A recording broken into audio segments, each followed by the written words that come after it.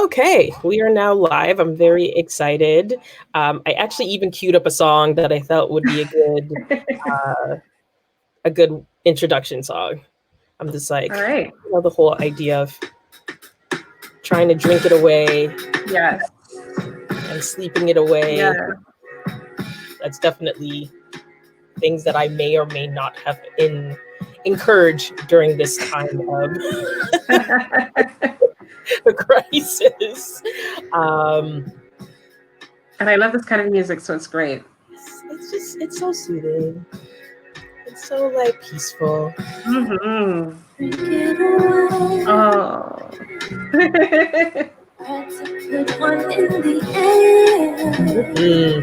Yes, Solange.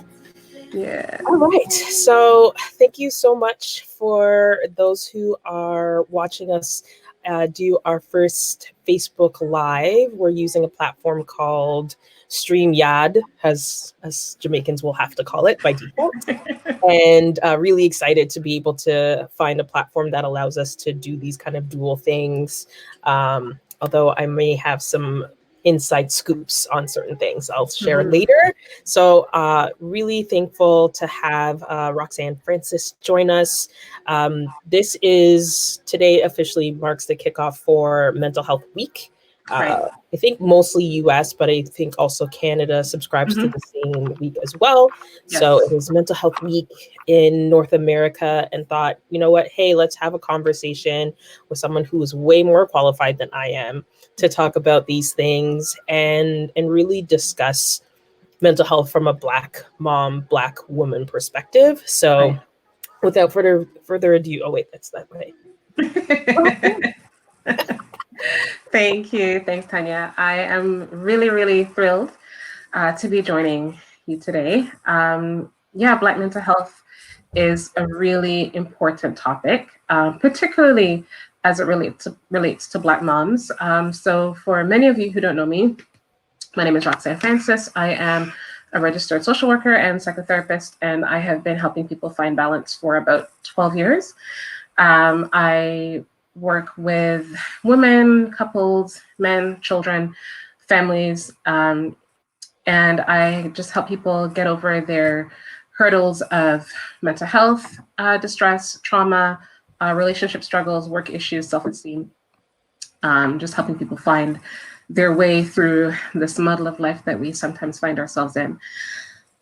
So I'm not sure if, Tanya, you wanted to start around? Yeah, I was going to kind of embellish on that. Like, how long have you been practicing psychotherapy? So I've been doing this now for 12 years. I have worked for a number of different agencies and institutions, and just recently, actually last year, I decided to step out on my own. So I'm no longer with an agency, but thank you. I am now an entrepreneur. I am working in private practice. Myself and a couple of colleagues have gotten together in the same building, but we are all individual and independent practitioners. And so I've been just building my practice and working with people, and there's actually a lot of women there are a lot of women out there who are working through the process of self-actualization, trying to find out what it is that they want in this world and going for it, as opposed to waiting for someone to give them permission to do that. So, Black Mental Health Week is really, really interesting for me, because I find that, I shouldn't say Black Mental Health Week. Mental Health Week is really important, but looking at it from a Black perspective is really interesting to me, because there are a lot of Black people who don't talk about mental health. They don't think it's something that applies to us, and maybe we'll get into that as well, but it's often not accessible to many Black people. The supports that they need, rather, is not as accessible. Absolutely.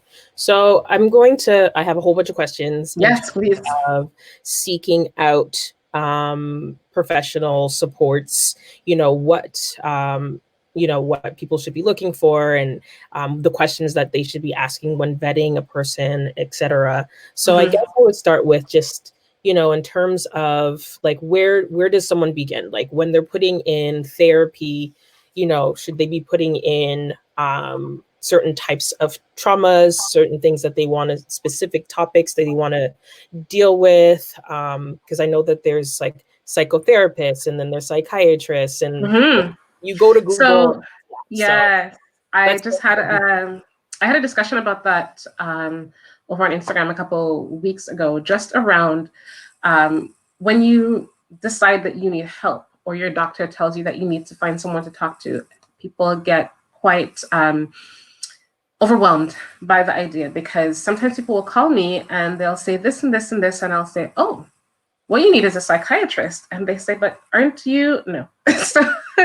So there's differences. So a psychiatrist is a medical doctor. They've gone to medical school. They specialize in, I guess, brain chemistry, and they know how the brain works and how it responds to medication.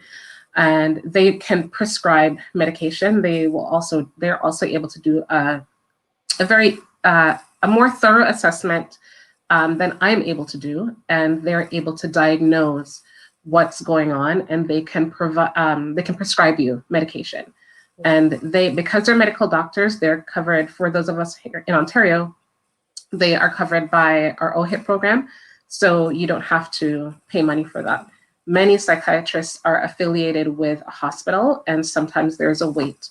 When your doctor has to refer you to see a psychiatrist, you can't just get up and call one day, because they're a specialist. So your family doctor has to refer you, and sometimes there might be a wait of 1 or 2 months, or sometimes even longer, depending on where you live.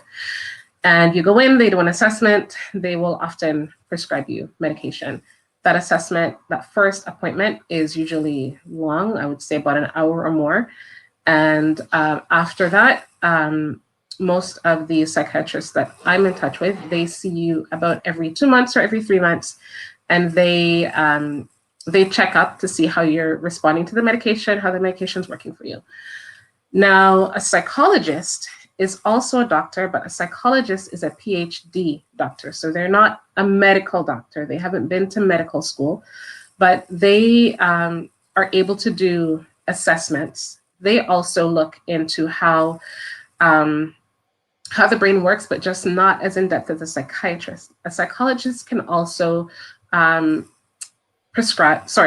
diagnose. A psychologist can diagnose. A psychologist can do a psychological assessment and say, well, such and such a person has autism spectrum disorder. Another person might have ADHD, or you might have a learning disorder in this area, or your working memory is limited to this area. So psychologists are able to do that. The assessment is very expensive. That can vary from $1,000 to $3,000, depending on where you live, and depending on, it's expensive. Depending on who the psychologist is and depending on where you live. They do not prescribe medication. They do the assessment. And then after the assessment, they also do talk therapy, which is what I do. I am a social worker, but I practice psychotherapy. Then there's other kinds of talk therapists. There are registered psychotherapists, and we basically do the same thing, but we are covered by 2 different colleges. I feel like, Tanya, can you hear me? Yeah, sorry, that was my wife. Perfect. Okay, no, that's right. Yeah, so many people in the That's right. So, okay. So, where was I? Yes. So, I am a social worker psychotherapist, and then I have colleagues that are registered psychotherapists. I am governed by the Ontario College of Social Workers and Social Service Workers. And then the registered psychotherapists are covered by the Canadian Registered Psychotherapists of Ontario. I think it's what it's called. Our College of Registered Psychotherapists of Ontario, right? Okay. We do the same work, just 2 different colleges.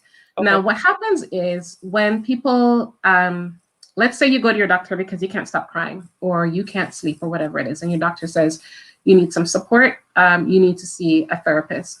You might go to your work, and your work might have benefits, and you'll say, okay, great, I have benefits, I'm gonna call a therapist.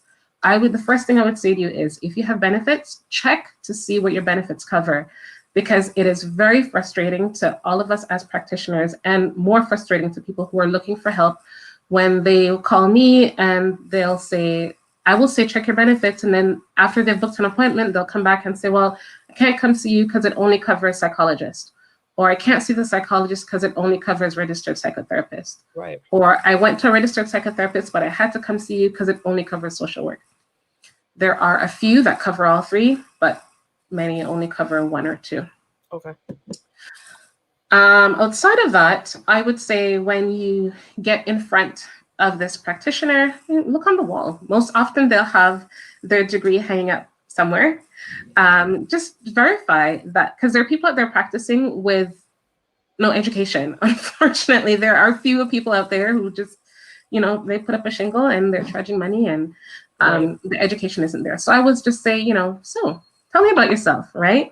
If you have a particular diagnosis and you're looking for help specifically around that, when you call, there's usually a free consultation for 15 minutes or 20 minutes. Just say, I'm looking for someone to help me with separation and divorce. I'm looking for someone to help me with grief. I have a personality disorder and I need someone to help me work that through. I have some kind of childhood trauma. Do you provide support to X? Because there are people out there who are very specific in who they support. Some people are only working with trauma. There are some counselors who only do grief. There are counselors out there who only do anxiety and depression. So just when you always ask for for that consultation, and in that consultation, just give them the very brief Coles notes of what you're looking for support for.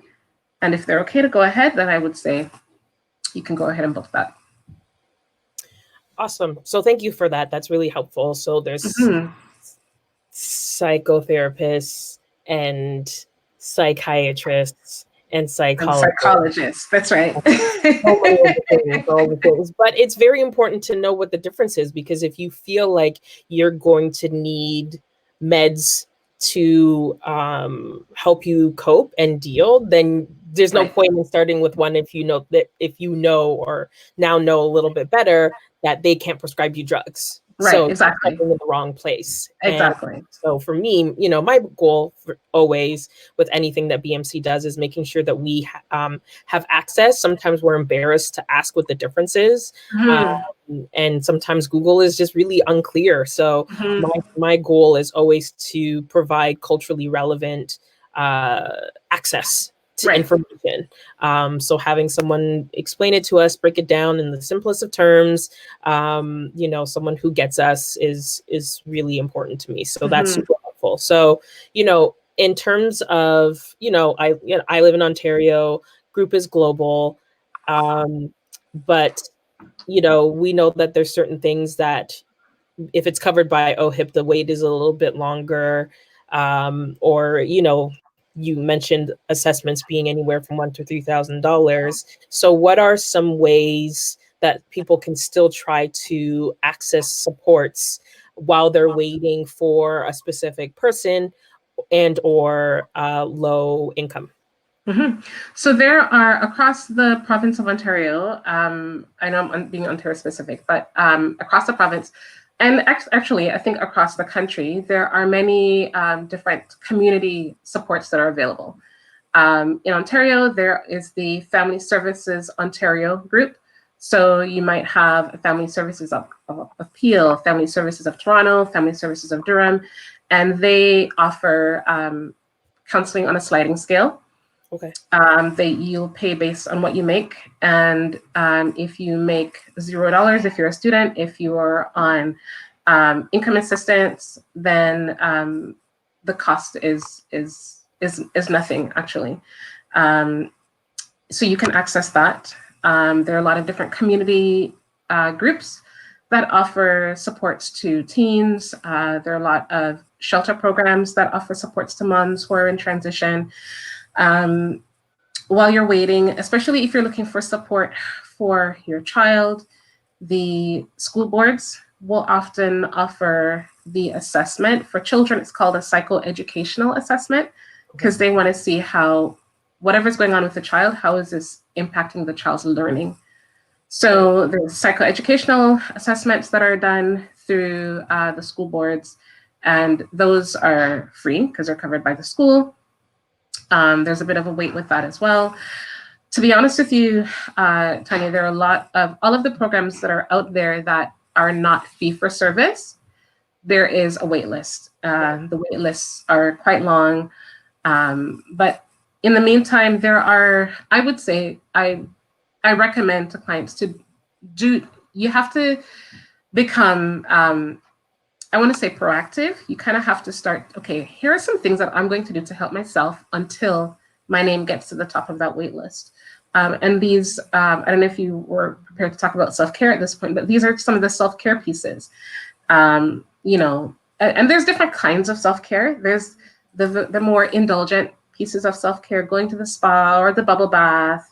Then there's a self-care where, you know, if I take care of my life now, then it will help me take care of my mental health. So if your finances are in order, if, you know, if you have a safe and comfortable place to live, if you are taking care of, you know, spiritual practices.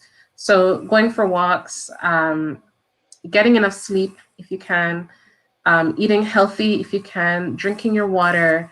I know it sounds cliche, drink your water, sis, but, you know, staying hydrated. Let me just Exactly. my water bottle. Exactly. With Black women. Staying hydrated, connecting with friends who are going to support you, managing your stress level if you can. These are all things that will help you take care of your mind while you are waiting. I encourage people to journal. If you're a writing person, write the things down. It's a way of, yes. It's a way of have everything so handy. Yes, no, I agree. It's a way of getting things out. Especially, I have clients who can't sleep at night.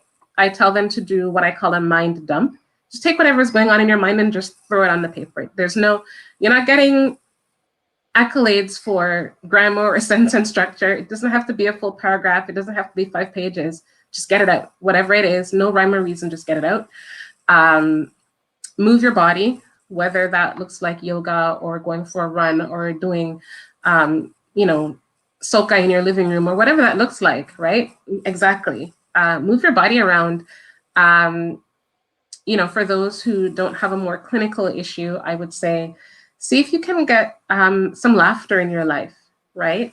Do what you can to bring some positivity to your space.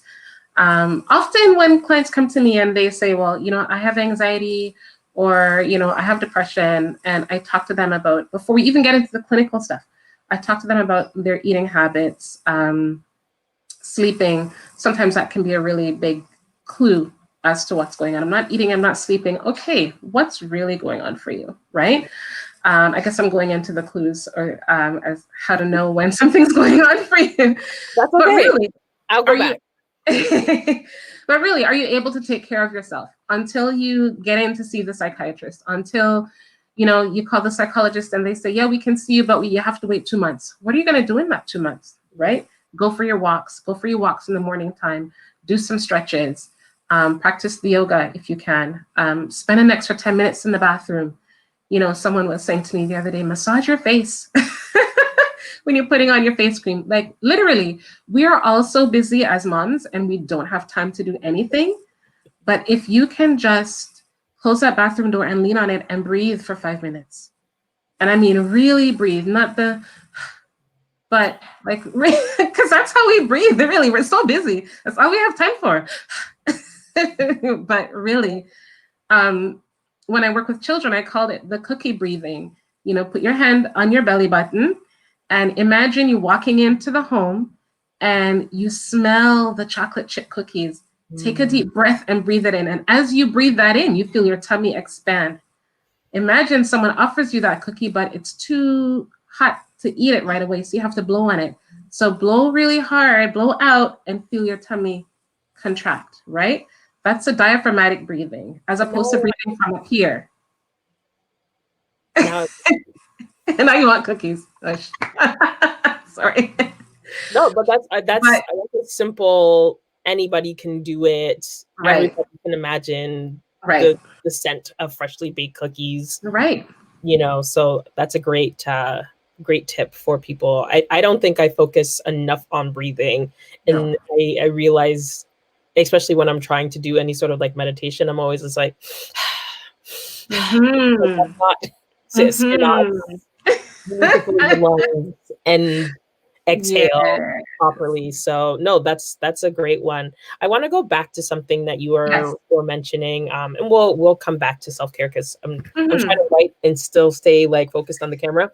Um, so you mentioned that the schools will sometimes do an analysis for children, Right. and I think one of the key things why we as adults avoid any type of therapy is the shame factor, Yes. and so we might avoid doing that for our kids because we don't want that to end up on their record and then they're Yes. stigmatized by their teachers, Right. especially to be, we know that Black kids are Black already children. treated differently, or can be treated differently in the school system. So can you Right. touch a little bit about what you know about that, just so that if there's a parent or a mom out here who's just like, hey, this is something that I want to do, but I'm really, really scared. Like, what is the process for that?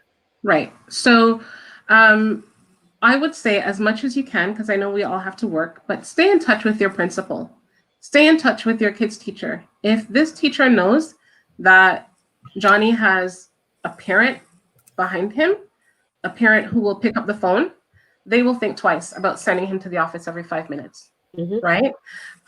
If your child has a legitimate developmental or mental health issue, if your child has ADHD or you suspect your child might be on the spectrum, and you find that it's getting in the way, that's the key thing. If it's getting in the way of your child's learning, then it's something that should be addressed. Now, sometimes it's hard to see what's going on because the parent might say, your child is constantly acting out. We need to find out what's getting in the way of the acting out. Take the child to the pediatrician. Ask your family doctor for a referral. Take the child to the pediatrician and say, this is what the teacher is reporting, right? This is how the teacher says my child is acting out. Because when children are little, they don't know how to say, I'm frustrated. They don't know how to say, it's too loud in that classroom. They don't know how to say, I'm overstimulated. It just comes out in the behavior. And then the teacher says, this kid is bad. They need to go to the principal's office, right? Or come and get your kid because they're hitting so-and-so. So we Right. need to find out what's going on. Now, if it's too much for the pediatrician to handle, then the pediatrician might say, we need to get this child it's called a psychoeducational assessment. Now, there are psychiatrists on the school board who are able to do, or psychologists, sorry, on the school board who are able to do that psychoeducational assessment, but it is often a long list to get that assessment done. And they often reserve those assessments for the children that are causing the most issue, right? It's the high rollers, the squeaky wheels that get that grease, right? If you are in a situation where you're lucky enough to have benefits, the benefits will sometimes, depending on what your benefits cover, call around and see if you can find a psychologist who will meet you where you are with your benefits. Or you need to talk to the administration at the school about getting your child this assessment. Now, if and when that is done, there is often recommendations that come out of that assessment. So, for example, have your child sit close to a window, have the child sit close to the teacher, give your child 3 breaks throughout the morning, whether that means they get to go to the water fountain, or whether that means they get to take so-and-so to the office. Sometimes children have trouble just sitting still in the classroom, whether that means they need a chair instead of sitting at the carpet with the other kids, or they need a fidget spinner while you are teaching the division, whatever that looks like, right? I would take those recommendations seriously and follow up with the school to ensure that these recommendations are being met or being implemented. The other thing to consider is an individualized education plan or an IEP. Miss IEP. Yes, Oh. yes, yes. So for those who are People, not in yes. Ontario, because I assume that that's an Ontario thing as well. Mm-hmm. Um, I'm not from I don't personally have familiarity with the IEP, but I've heard enough about it in BMC and in other groups. Again, this kind of aversion to getting one for their kids because they don't want their kids to be stigmatized within the school system and school community. So Right. yeah, to hear you speak on that from a professional standpoint. Mm-hmm. I've worked with a number of parents in school meetings, discussing the IEP. So this is a plan that the school agrees to in order to help your child succeed. On the IEP, it talks about what the needs are, as well as what your child is excelling at. It shouldn't be just needs-based. It should also talk about your child's strengths. And the teacher needs to play up those strengths. If your child is a good communicator, they need to be giving your child the opportunity to communicate in the classroom, right? But they should also be working to help your child to meet those child's needs, right? And they need to be working I believe it's every year that the IEP needs to be looked at. How is it now based on what it was like last year?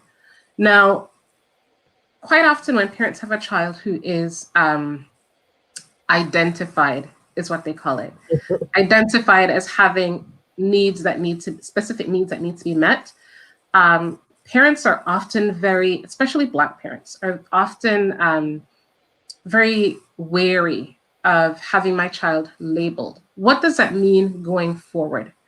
Now, it can mean a couple things. One, it can mean, for the parent, it can mean my child is labeled and they're going to see my child as that label for the rest of his school life.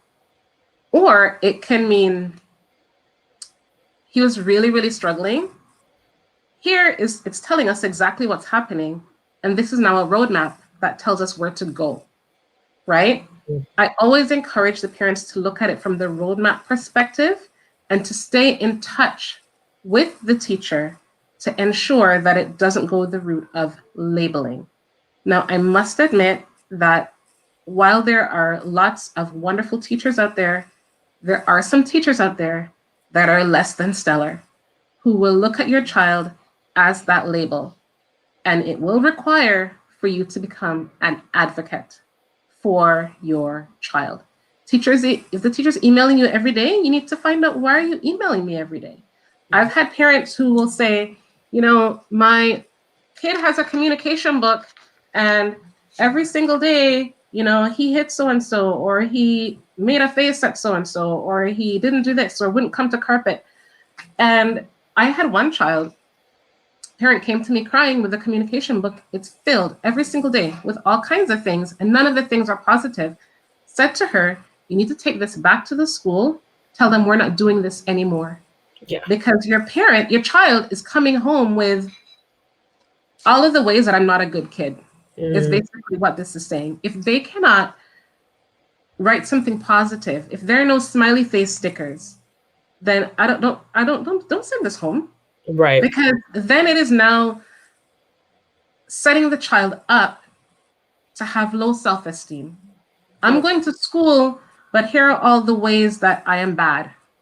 Yeah. Right? And then they begin to internalize that. And then it becomes what is called a self-fulfilling prophecy, where they say I'm bad, so I behave bad, and then here's further proof that I'm bad. And no more people are talking about how bad I am. Right? I would encourage parents to advocate for their kids as much as possible. If you can't make it to the school for the school meeting, then you have a call with the principal. Ask the principal if they'll talk to you outside of school hours. I'm available, but I'm only available after 6. Can we have our phone call then?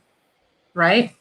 When the teacher sends home the note for the parent-teacher meeting in November or whenever it is in Ontario, you say, well, I can't make it between 3 and 4.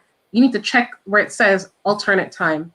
And don't just feel like you are compelled to that time. It is not just, it's not just up to you for your child to succeed. It's up to you and the administrators and the teachers at the school, right? So I want parents to feel like they're not voiceless. I don't want them to feel like they can't advocate for their child at school, because it's totally possible, right? Ask the hard-hitting questions. Why is that why is it that every other holiday is being celebrated at school, but I don't see any Black history posters in my kids' class? Or, why is it that my child was given this assignment, right? Just because my child has ADHD doesn't mean that they can't learn. It doesn't, is it possible for, when he's doing the work, for him to sit over there instead of at the desk with, there are options. We need to ask for what the options are. That's awesome. Yeah, this is really helpful. While it's still all part and parcel of the mental health, right? Because if our kids are not okay, we are not okay. We're not okay. That's right. We're to go to work, and then we come home and we're stressed, and then we add the stress. So this is all, part and parcel of it. And, someone asked me once in an interview, I think there's these young girls doing a project for some feminist course in Colorado or something. Mm-hmm. My life is random. And, they said, like, what does how do you define motherhood, or what does motherhood mean to you? And I'm like, as a Black woman, choosing to become a mother is a political act. It is, it requires so much more strength and resolve and advocacy than any other role in the world. Not even the president is upheld to the same standards that Black people are held to. So I think that we have to sometimes just kind of say, like, hey, we're here. I'm here. I'm a parent. I'm struggling. How can I, I need help. And I think, because I'm on social media a lot these days, there was like one of those like Twitter questions, like, what is harder to ask, or what is harder to say? I apologize. I need help. I'm hurt, or whatever the fourth option was. And everyone without hands down said, I need help. I need help. I can apologize if I'm wrong. I'm just like, oh, I'm sorry. I didn't mean to hurt your feelings, X, Y, and Z. Yes. But asking for help is one of the hardest things ever. Thank you for coming to my TED Talk.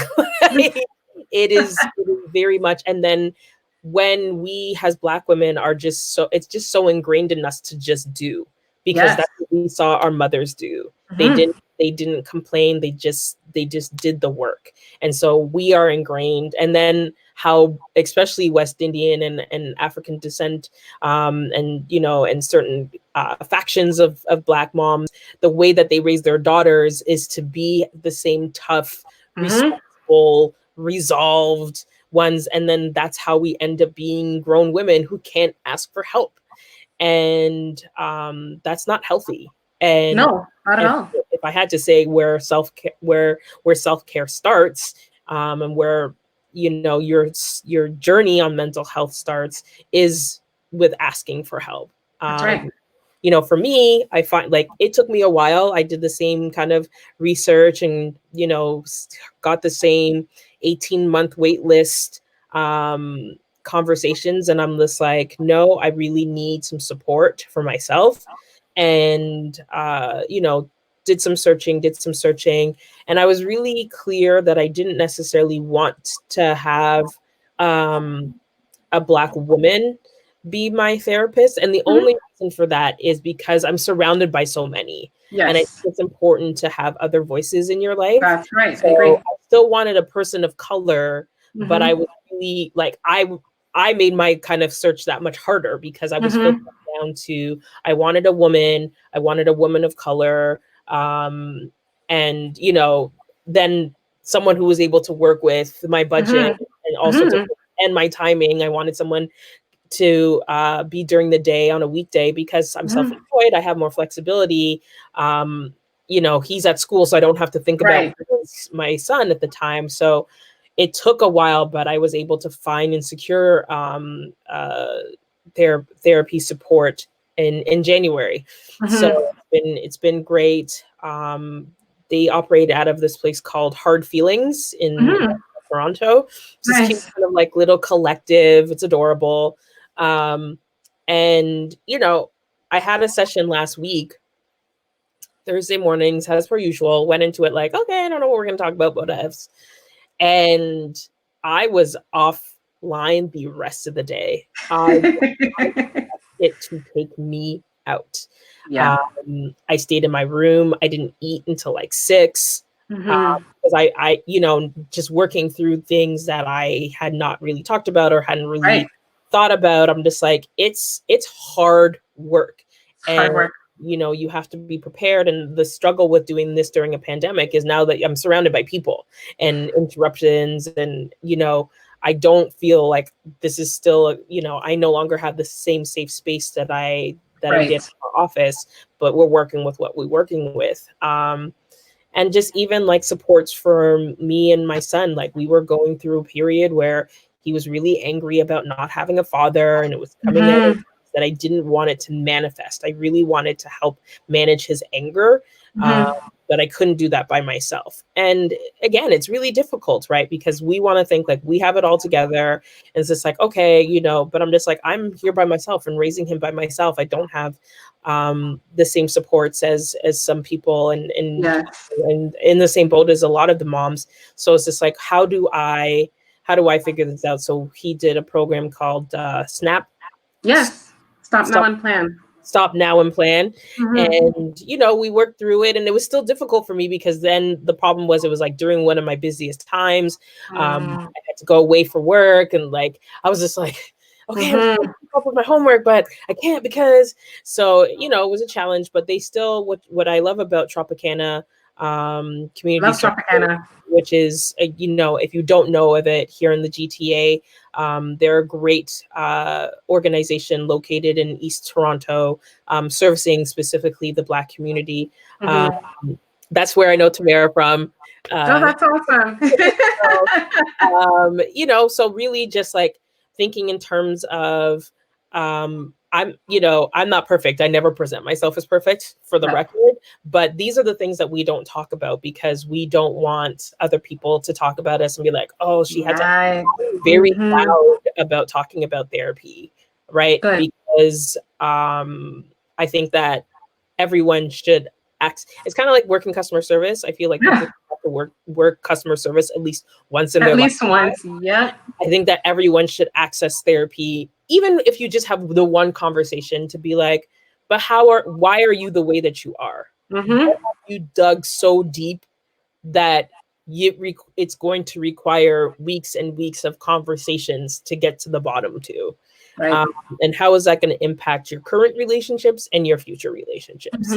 And, for me, finding out that resentment is like an underlying current that has been a thread my whole entire life has been opening. I was just like, wow. Yeah. I'm just like, I will, but also to not to my own credit and not even tooting my own horn, we now live in a different climate, right? We have Bell Let's Talk, and we have mental health and mental health month, and we have these chats, and we have platforms and resources. It's now a little bit easier to talk about mental health. And, for me, it runs the gamut, right? Like it could, I don't want to say like it runs from light to like heavy, but it can be anywhere from, like you said, if your finances are out of control, that is a huge impact on your mental health. You cannot eat, think, live properly. You are ducking and diving collection calls, and you're not opening your mail. Yeah,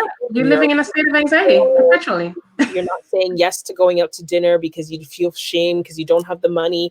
All of these things, like mental health is not just, and like you said, like self-care is not just a bubble bath and whatever. Those things matter and are something that you might immediately be able to do, but it usually you got to dig. For me, I'm always saying like, if something emotional happens, I put it in a box and I put it in the corner because I have more immediate things to deal with. And I've done that long enough where those boxes piled up and they were threatening to fall over. So I'm like, maybe I can start opening these boxes. Yeah. And I don't, It's time. but I'm glad that I have. And there's no end. I think that that's part of one of the other problems too is, you know, when you go to a doctor for a certain thing, they're like, okay, take this antibiotic for 2 weeks, twice a day. And then when the antibiotics are done, you no longer have. It'll go away. Right. This is a lifelong journey. And I think that that's part of the thing that is, makes people struggle the most with it. But I think, speaking from a Black community standpoint, we just have so much shame, and pride. We're proud people. Listen, I get it. I'm the same way, but we cannot move forward and we're not going to be healthy for our children. No. And we're going to pass on these bad habits to our kids. We're going to grow up then being these strong Black women who never crack and never break. And I really hate that term. Never emote.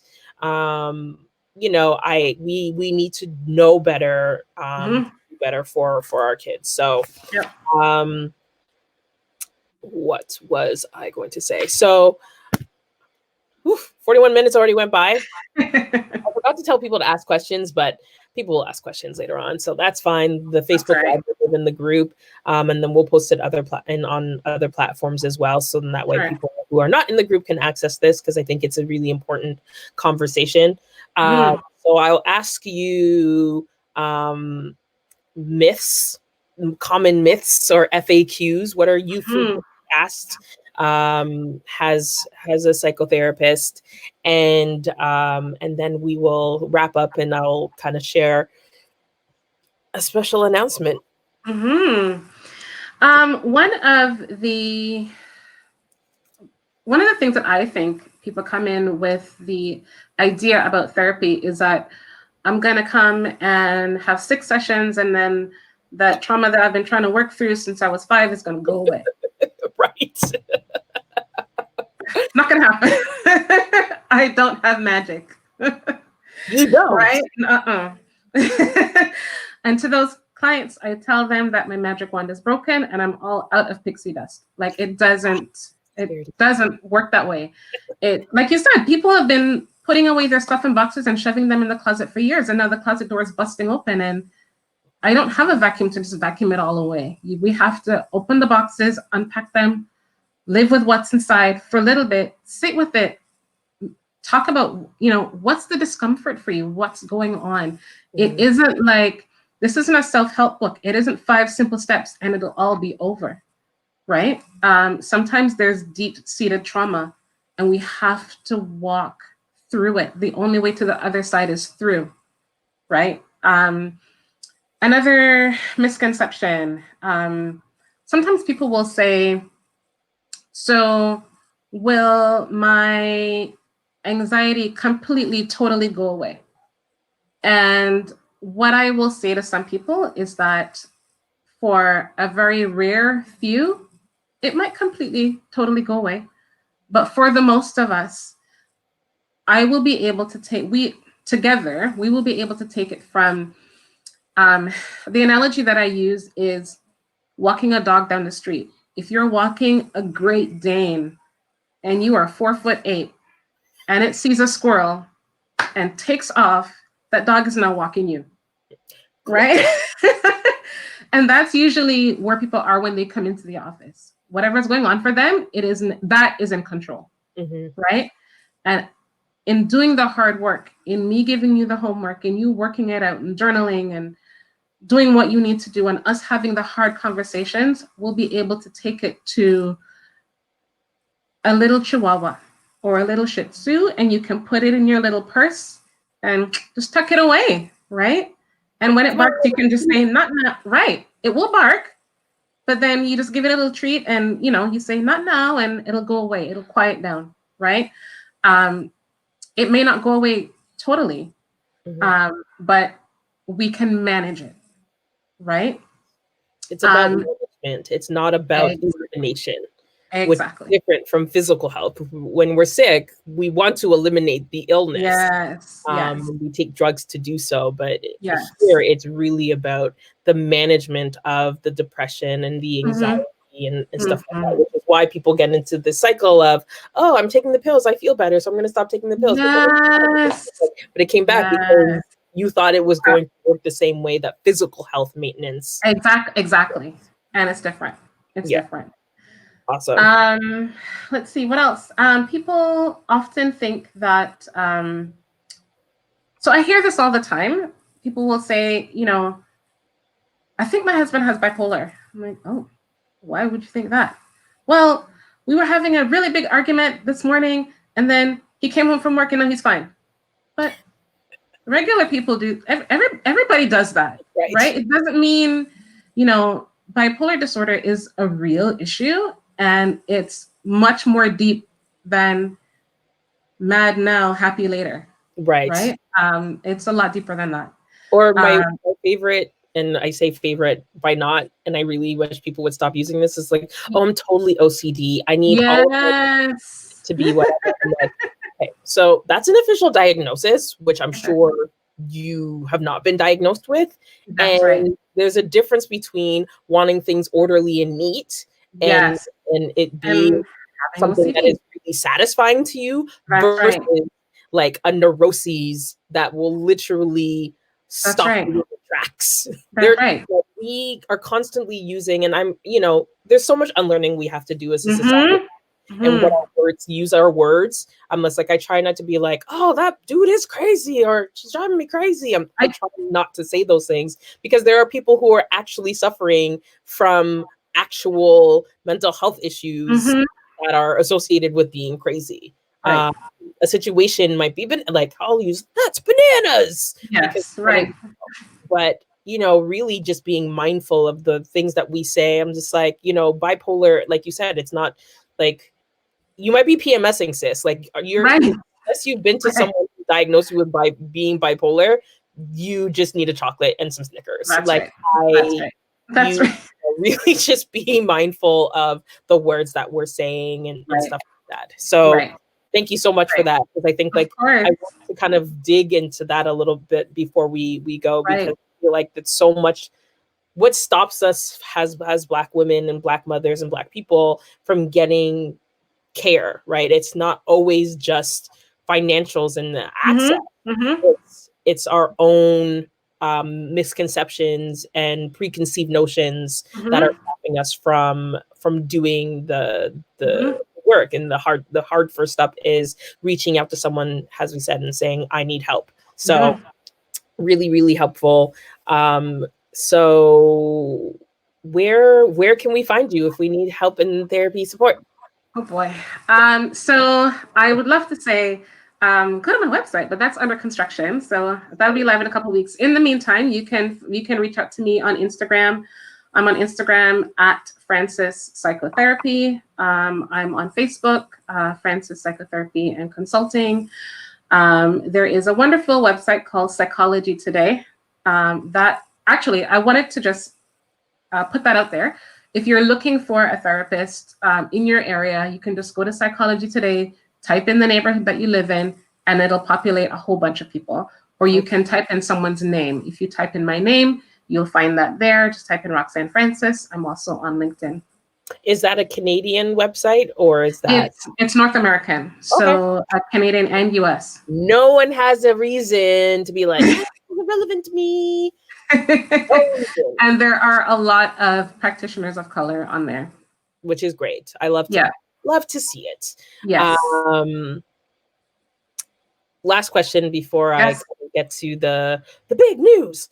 In terms of, you know, when we're talking about seeking someone out or whatever, do you think it's important for a Black woman to seek out a Black woman, or seek out someone who, you know, same gender, same race, same whatever? Like, do you think that matters in terms of who they're looking for?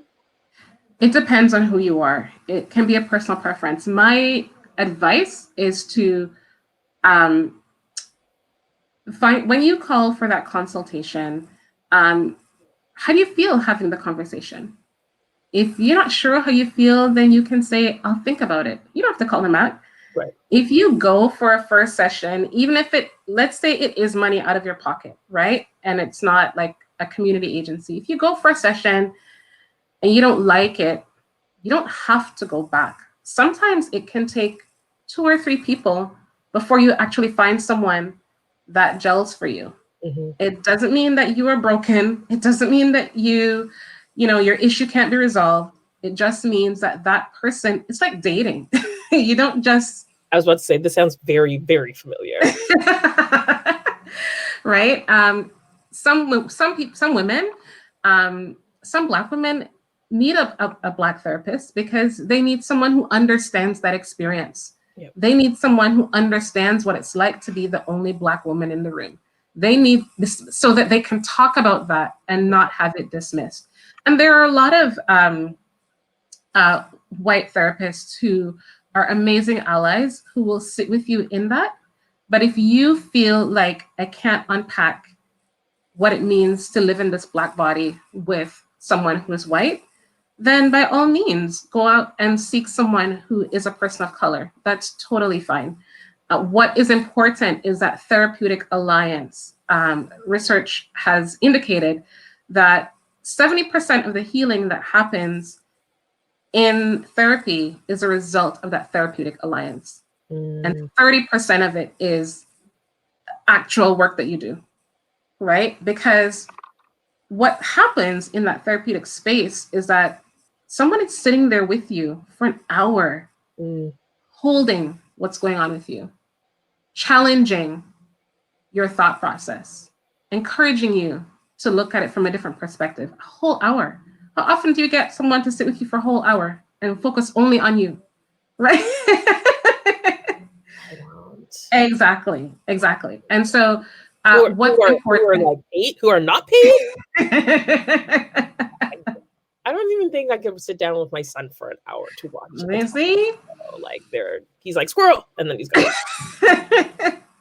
So it's that therapeutic alliance that's important. Whether or not they were born in the Caribbean or born in West Africa or look like you. For some people, that's important. And if it's not important for you, then I would say seek someone that you connect with. It's that connection that's going to make the difference. Awesome. Thank you for that. I think that's really important. I wanted to make sure that I was trying to squeeze so many things in there. I hear you. It was like so long until you start talking. Look at the clock, like 4:41. How Sway? How? So thank you so much, Roxanne, for taking your schedule to do this with me. Thank you for having me. Us, it is, as I said, the goal of BMC is to be a safe space. That's why we launched Miserable Mondays, where people can vent. It could be big vents, it could be little vents. It doesn't even matter. Just what are you miserable about right now? Right. And we're in a global pandemic. There's tons to choose from. And just being able to type it is a form of releasing it, right? I don't recommend using Facebook as a journal. No. However, in this one particular thread, in this one particular group, that can be very much in line with being a journal entry. So that I hate being a parent today. Text. Yep. Now you got to go feed them. So Miserable Mondays will be something that we post every Monday. I remember to post it. And then old school BMC members will remember when we used to have this feature called BMC Anon. What BMC Anon was allowed BMC members to use a tool that we had. We would screenshot it, post it to the group so that you could solicit opinions from the group anonymously. For us, a lot of members, they join the group, they love it. They're like, hey, auntie, hey, mama, hey, sisters, cousins, friends, join this group, but then forgetting that you might want to talk about them. And so it makes it really awkward when you want to complain about your mama and your mama's in the Facebook group. So people really needed to have access to BMC Anonymous. It went away for a couple of reasons. One, the tool that we were using, they wanted to charge us like $14 a month. And we're like, no. And it became really emotionally intensive for our admins because it got deep, right? People are just like, going to unleash everything that I need to tell a psychotherapist. Mm-hmm. And then also it started to be abused, right? People were using it to throw shade at other members and at admins. And I'm like, see, I will protect my admins at all costs, Right. as they are volunteers. So I was just like, well, that's canceled. We did, I think we created like a BMC Anon email address, but that was less anonymous, right? So people really want to use that. And it's taken a while. Every so often we get DMs. People ask us, can you post this anonymously? And I'm like, no, I'm not putting that labor on my admins until I have a proper process and such for it. So no time like Mental Health Week to announce that BMC Anon will be coming back. Roxanne has graciously offered to kind of help us manage it. So when it's posted, her official, non-official suggestions will be posted, and then it'll be open for people to comment on, and then we'll close the comments if it starts going left, because comments left these days. And same anonymous toolbox. So there'll be eventually there'll be a link in the pin post where all the rules are and stuff like that, and we'll create a separate post for it, of course, saying if you want to do an anonymous, this is the link that you go to. You type in your question. I had the admins test it out. I will not ever see who you are, etc. You know, there'll be rules. Roxanne is a licensed professional. If you are at risk of hurting yourself or hurting your children, we have duties to report. That's right. There's nothing ever truly anonymous on the internet when IP addresses exist. So always keeping that in mind as well. But you know, we'll go through all of this BMC Anon when it launches in a couple of weeks. I just wanted to give myself some time and Roxanne some time and set it all up and stuff. But when we do, you know, I'll probably hop on a Facebook Live and be like, hey y'all, this is how it's gonna go. This is where you can find it. The minute I sense that it's not going to be something respected or used in a healthy manner, I will cancel it, because I write all texts. My name is on all of the documents. But I think it'll be helpful, you know, in times like this that we're living in. People just want to be able to kind of just get support still, without the judgment. We like to think that we're a free zone. We are not.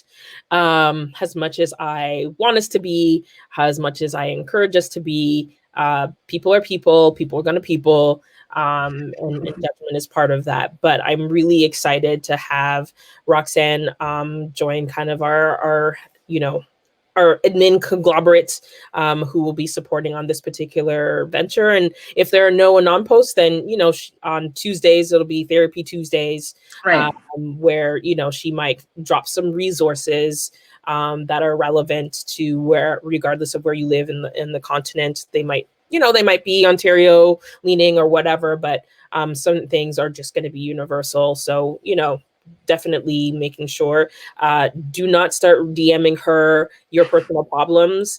If you become a client, I'm sure she is more than happy and willing to take your coins, but please do take advantage of people's free labor. I'm very adamant about that. My goal is always build and support the Black mothers in our community and make sure that we're putting money in the pockets of Black women. So do not take money out of her pockets and therefore her children's mouths by asking her about your problems in the DMs. She is allowed to block you. And I will. Also just legally and liability, like it's not fair, and it's not how it's going to go. I'm going to very clear parameters on how it's going to go and be managed. And so all I need you to do is just follow those very clear parameters. I'm giving you a tool that is free for you to post your anonymous posts. You've been asking, and it's miracle of miracles. Have someone who's way more equipped emotionally to deal with some of the issues that come up in these anonymous posts.